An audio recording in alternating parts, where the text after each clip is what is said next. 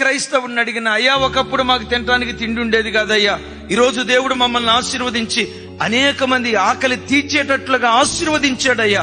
ప్రతి క్రైస్తవుడి సాక్ష్యం చెప్తాడు.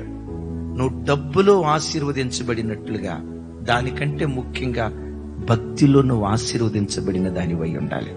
ఏమని సాక్ష్యం చెప్పాలి? అయ్యా ఒకప్పుడు నాకు ప్రార్థన అంటే మనసు ఉండేది కాదయ్యా. ఎవరిని పెట్టారో చూడండి.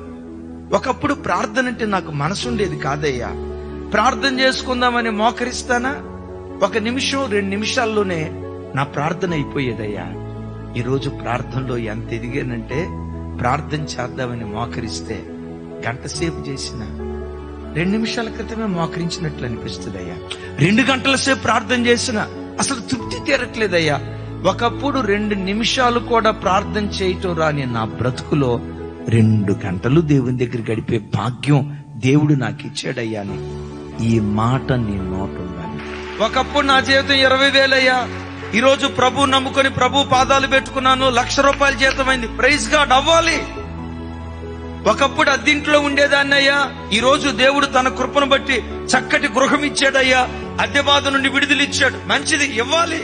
దేవుని బిడ్డలు ఆశీర్వదించబడాలి ఆయన నామఘనత కొరకు. అయితే నువ్వు అనాల్సిన మాట ఏంటో తెలుసా? ఒకప్పుడు 3 నిమిషాల ప్రార్థనా జీవితం కూడా లేని నా జీవితంలో